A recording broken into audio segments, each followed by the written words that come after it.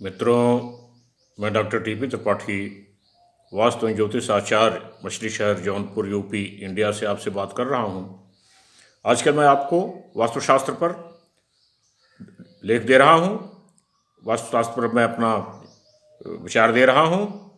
कैसे आप अपने घर में वास्तुशास्त्र के हिसाब से, दिशाओं के हिसाब से, आदान प्रदान हवाओं के उपाय से कैसे आप अपने घर में स्वस्थ, सुखी और संपन्न रह सकते हैं। मैं वास्तु में ये डायरेक्शनल साइंस है, दिशाओं का विज्ञान है। ग्रेविटेशनल एनर्जी को, गुरुत्व बल को बैलेंस किया जाता है। आज मैं आपको वास्तु में दिशाओं और विदिशाओं के महत्व का बताऊंगा। 4 कोण हैं, 4 दिशाएं हैं। उसके बाद ब्रह्मस्थान है आकाश का, ये इस पर मैं आपको प्रभाव डालूंगा। संभवतः 3 एपिसोड बनेंगे। पूर्व दिशा पर मैं आपको दे रहा हूं।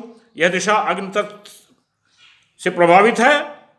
मकान की कुंडली में, लग्न में पूर्व दिशा को लेते हैं।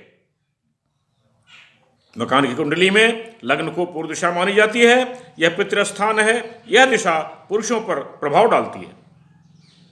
इस दिशा में गलत निर्माण होने से मकान में रहने वालों के मान सम्मान की हानि, धन धान की वृद्धि नहीं हो पाती, आकस्मिक धन की कमी से ऋण बढ़ सकता है। ऐसा पूर्व दिशा में आने वाली सूर्य की किरणों पर घर में प्रवेश रुकने का, बाधा पहुंचने अथवा किरणों के दूषित होने से होता है। पूर्व दिशा में भगवान सूर्य की दिशा है। यहां ये सिंह राशि से प्रभावित होती है। इसीलिए आपको अपनी पूर्व दिशा को महत्व देना पड़ेगा, समुचित उपाय से करना पड़ेगा, क्योंकि ये पितृस्थान है, पितृदोष भी पैदा हो सकता है। ईशान दिशा उत्तर पूर्व की आती है। उत्तर पूर्व दिशाओं में मध्य के बद्ध होने के कारण से इस दिशा को पवित्र व ईश्वर तुल्य माना गया है। यह दिशा साहस, विवेक, धैर्य, ज्ञान और बुद्धि प्रदान करने वाली, साथ साथ कष्टों को भी दूर करने वाली यह दिशा है। ईशान कोण का बहुत बड़ा महत्व है। यह दिशा पुरुष संतान को भी फल देती है। यदि यह दूषित है, दोषपूर्ण है, तो तनातनी रहेगी, माहौल बना रहेगा, वहां के निवासी रोग व मानसिक अशांति के शिकार बने रहेंगे। इस तरह से कष्ट को झेलने के लिए विवश होंगे।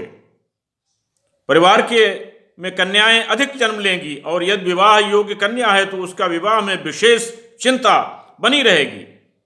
इसी दिशा में वास्तु पुरुष का सिर होने के कारण इसका महत्व और भी बढ़ जाता है। इस दिशा को वास्तु में दोष होने पर उसका निदान, उस दोष को मिटाना ही श्रेष्ठ है, न कि अन्य कोई पद्धति से उसका निराकरण करवाना।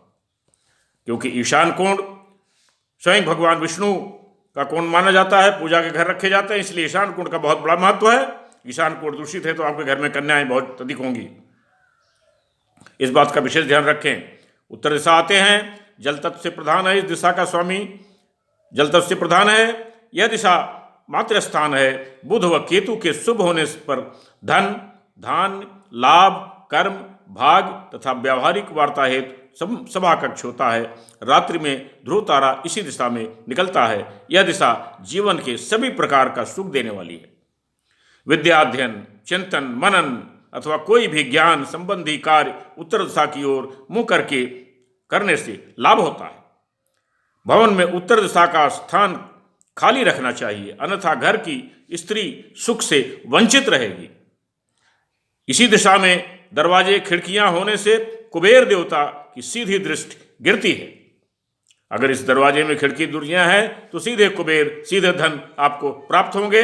आपको कोई धन की कमी नहीं रहेगी। अग्नि कोण में आते हैं। यह दक्षिण पूर्व की कोण की दिशा है। इस दिशा का स्वामी अग्नि तत्व माना गया है। इस दिशा में स्वास्थ्य की जांच की जा सकती है। यह दिशा दोषपूर्ण व दूषित होने पर उस भवन में निवास करने वाले का स्वास्थ्य हमेशा खराब रहेगा। वहां आग लगने का भी भय बना रहेगा। गुरु व राहु में के कारण पूर्वी आग्नेय प्रभावित होती है। गुरु अच्छा होने पर दक्षिण आग्नेय के द्वार निवास हेतु शुभ है। आज मैं आपको आग्नेय कोण तक दिया हूं पार्ट 1 में। कल मैं आपको अगली दिशाओं के बारे में दूंगा। आप हमारा ये पोस्ट लाइक करें, शेयर करें, सब्सक्राइब करें, जिससे और लोगों को भी इसका लाभ मिल सके और आपको इसका पुण्य मिल सके। आपके परिवार के लोग, आपके रिश्तेदार, आपके लोग सब इस बात से जानकार हों और इसका लाभ उठाएं, इसका फायदा उठाएं, इसका पुण्य कमाएं और अपने घर को सुख शांत चैन से रहने का स्थान बनाएं, वास्तु दोष को दूर करके। वास्तु दोष पर मैं आपको बहुत सारे एपिसोड देता रहूँगा, जिससे कि आप घर में संपन्न, सुखी और शांतिपूर्ण जीवन बिताएं, संतान में वृद्धि हो, कन्याएं की शादी विवाह हो, सुखी रहें। मेरा नंबर है 9451033559। इस नंबर पर आप मुझे संपर्क कर सकते हैं, कॉल कर सकते हैं। आपकी परेशानी दूर की जाएगी। तब तक के लिए नमस्कार।